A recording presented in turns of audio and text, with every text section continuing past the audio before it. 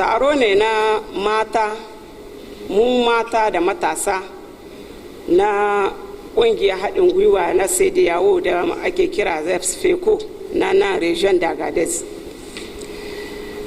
Cikin dubin mamaki da tashin hankali mun ka samu labarin wanga kudeta, wanga juyin mulki da aka yi inda soja suka ɗauki mulki suka kuma kame shugaban ƙasa da sauran makaraban shi. A wannan dalilin Niger ta shiga cikin hali wanda na kakanikai, wanda soja suna cikin tashin hankali game da hare-hare da 'yan ta'adda suke kamusu.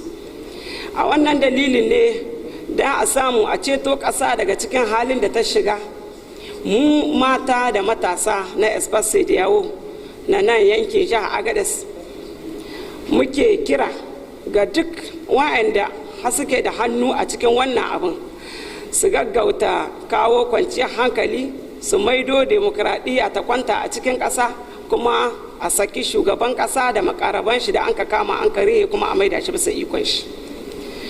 Muna fatan ƙasar Niger ta zamna lahiya, kuma ba mu kare wanga taro ba mu yi jaje ba ga 'yan Niger da sojawa ga wanga hari da aka kai ma sojawanmu a can Kandaji, inda an ka kashe muna wajen mutum 12.